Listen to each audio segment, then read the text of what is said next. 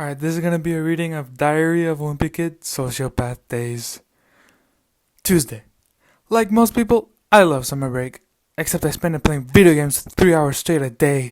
I love my parents and all, but they've always been forcing me to go outside these past few months, and it's been getting on my nerves.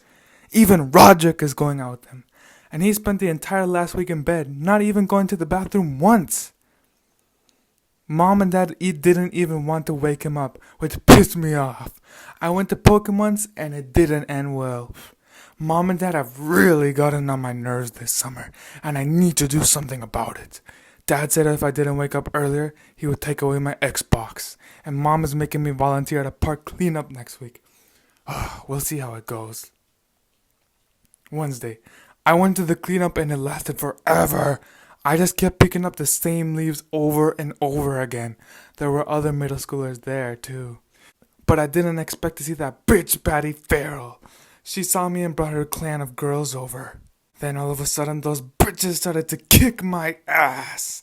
Patty then grabbed a stool and watched. Dad saw me and he laughed too. Then Dad left. I couldn't believe it. Patty kicked my side and left. No one in the park even cared. I was just left there. I walked home. They will all pay for this. After 3 hours, I finally made it home. And guess what? My family had forgotten about me and we were eating dinner. I was so mad at them and I gave them a piece of my mind. Something I wanted to do for a while. Then Roderick threw a piece of potato at me. Fuck you, Roderick! I got so pissed at Roderick, I jumped his ass right there. He started winning and he was beating my ass.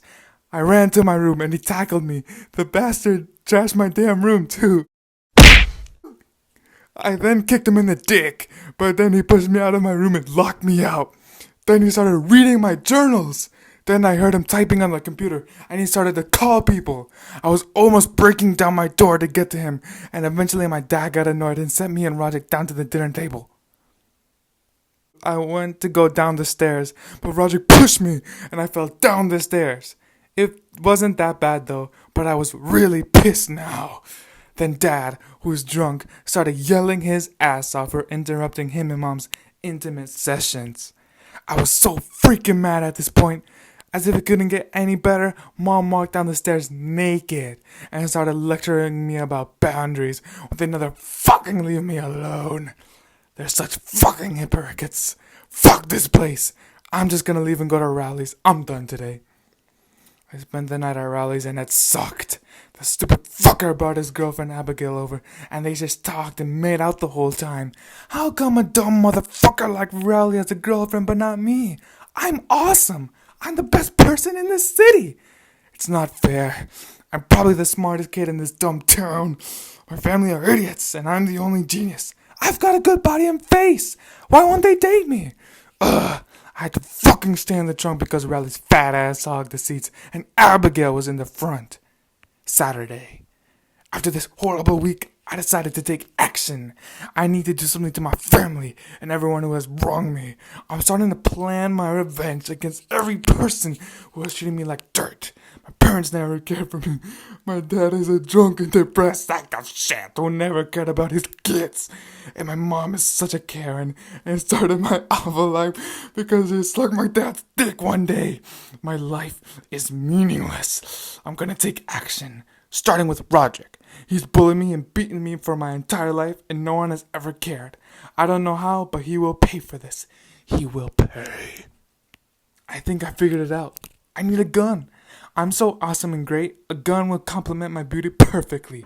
It would also help me extinguish these imbeciles called my family. And I know exactly how I'll get it. Roderick himself. We were slaving away for Grandma when I asked him for a gun.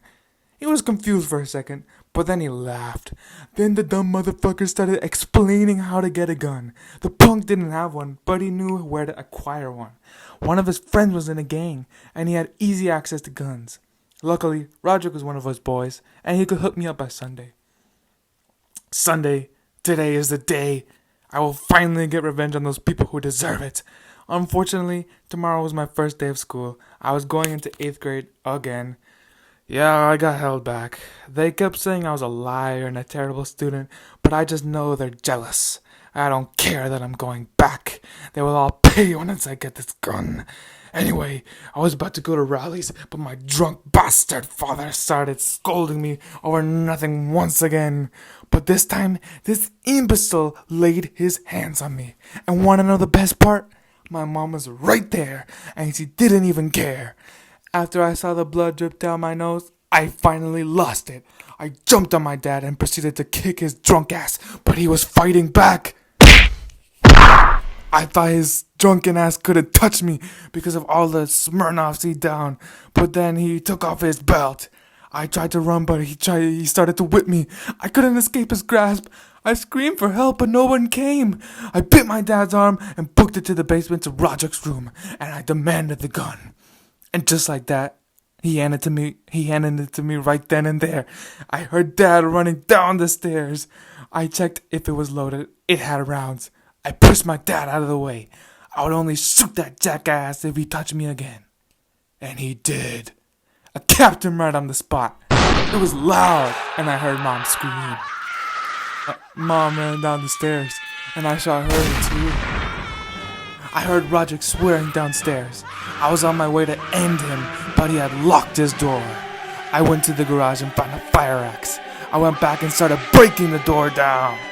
Roderick was fighting back and pushing furniture to the door, but I started swinging and I was breaking the wood. He was screaming. I heard him calling 911, but I knew it would be too late for him. Then I broke a hole into the door.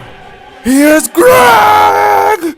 I lunged through the door and axed Roderick. He stood no chance. I dropped the axe on his chest, and then I noticed what I did. I had just murdered my entire family in less than 5 minutes with a gun and an axe. I collapsed, and I sat against the wall. Then I realized Roderick likely gave my address to the operator. I was gonna get caught, unless I escaped. Then I figured it out. I would hide in Fregley's house and frame him. Perfect. I cleaned myself up and ran. I was thinking about killing Manny, but he was at daycare, and Mom couldn't pick him up, so I forgot about him for the moment. I then arrived at Fregley's. He was trying to get his kite out of a tree. I told him I wanted to sleep over. I then called the cops and placed the blame on Fregley. I went inside and headed into his room.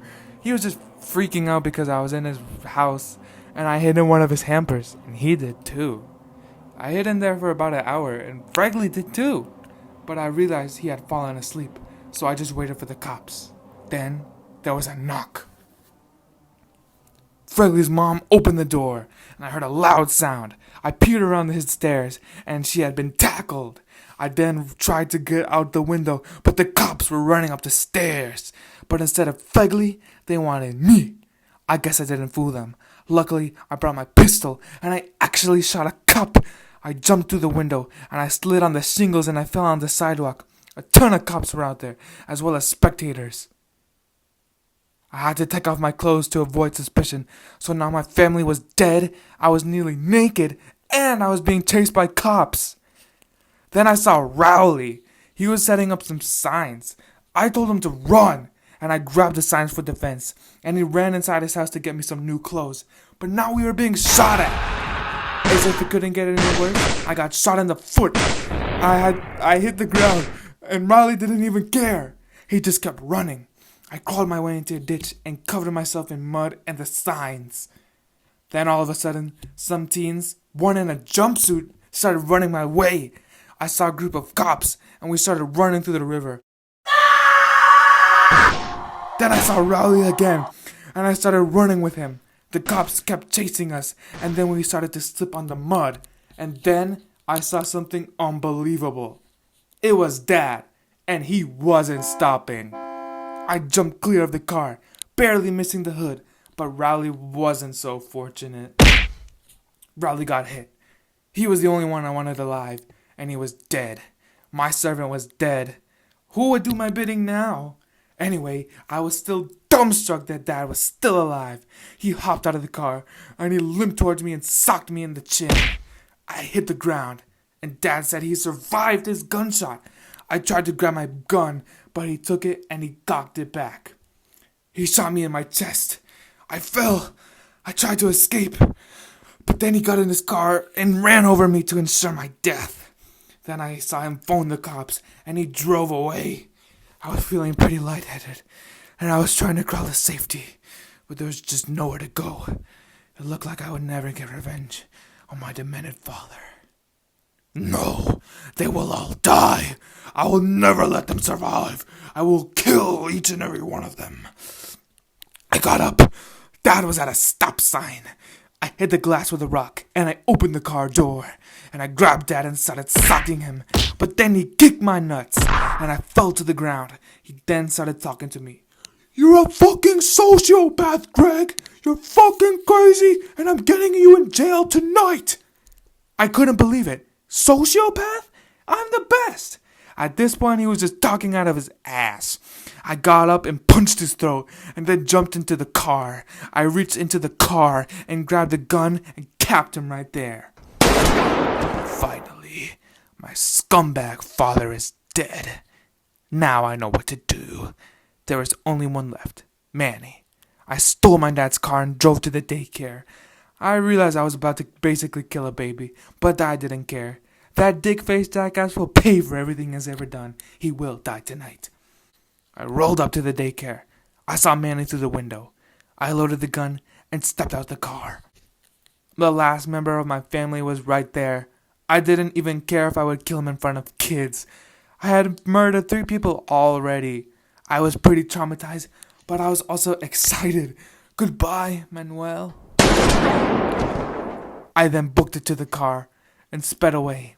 Luckily, Roger gave me driving lessons, but they didn't help. I hit a lamp pole and I flipped the car. I was fine, but I was right next to Fregley's house. When I escaped, I saw that Fregley's mom wasn't tackled, but shot. So the house was stranded, but was still set up like a crime scene, so I hid in the hamper again. Then I turned on Fregley's TV. The murders were all over the news, but they haven't found a suspect yet. It was almost a miracle. I knew what I had to do next. Kill that bitch Patty Farrell.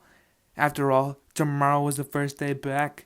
My gun had 3 bullets left, and I didn't to buy new ones since Roger was dead, and I didn't know who his friend was, and I didn't want to buy any to raise suspicion. Monday. Today is the day. Today is the last day of my last mission. To kill Patty the bitch Farrell. The cops couldn't find me, and I saw the news. They thought I was dead too, because of my family's deaths and Riley's death. Mud had fallen over Riley's body, making it look like a crappy burial. So teams were looking in the forest where Riley died, and I was in the clear. I overheard the kids talking. They were chatting about Patty. She would be starting the school news, and she would be the host. She would also be interviewing someone I was choosing the most because of the recent events. This just shows no one cares about me. They didn't even care that I was the only survivor, and how I even got here. But whatever, I had the perfect opportunity to kill. The show or news was at 12 lunchtime. Everyone would be watching, including Holly, Shirag, and Vice Principal Roy, as well as the bullies and popular kids. Everyone who had wronged me was there to see their leader die. It was worth it. 12 finally came around, and I was asked to go to the school closet to change it to something more fashionable. Hey, one more thing. Do you think you guys could have introduced me as Wimp? Thanks. Then I found a really nice suit, and I was ready to go on the show. And now for our next guest, a very special guest. Please welcome the Wimp.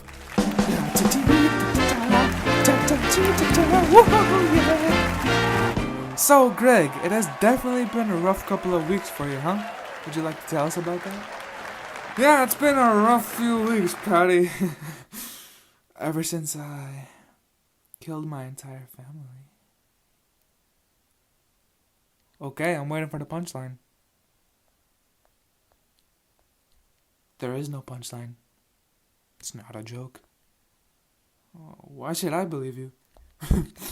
Got nothing left to lose. Nothing can hurt me anymore. My life is nothing but a comedy.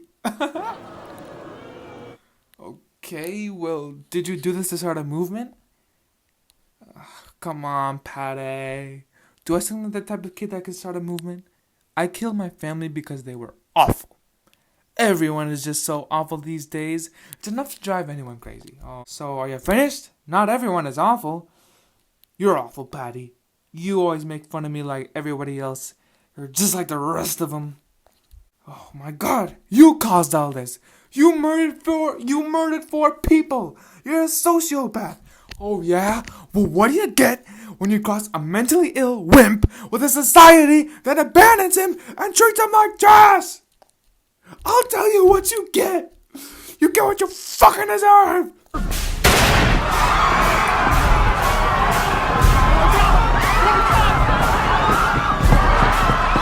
I escaped the studio. I'm currently running while writing this. I've been shot twice in the stomach. I've finished my last mission. I've killed all the idiots of Plainville. Now I'm bleeding out. Well, everyone, or whoever reads this, or whoever finds this book, I guess this is the end.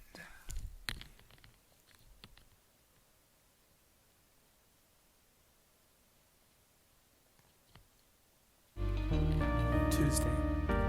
After 2 years of mental evaluation, I've finally been able to get this book back. In my years spent in the institute, I have learned many things. I have learned that I am a sociopath. In my rage and illness, I have unfortunately taken the life of most of my family. In my blind rage and narcissistic personality disorder, I realized I was in the wrong the whole time. My past diaries have just been abstractions of the true experiences documented in my image. My family were truly great and loving people, but I depicted them as terrible people. I am truly sorry to the Farrell family and the Jefferson family. My prayers go out to you. I am deeply apologetic at the fact that I murdered an innocent girl in front of hundreds of children and adults. I am insanely remorseful over Riley Jefferson's death, as well as Fru Thomas and Billy Rotner's. I sincerely apologize to you all. As for me, this is a new age for Gregory Frank Heffley. I have since left Plainview and I have moved to Los Angeles, California. My life has benefited ever since, and I'm happily engaged. To all those who have survived to see my story, thank you. Gregory Frank Heffley, 2044.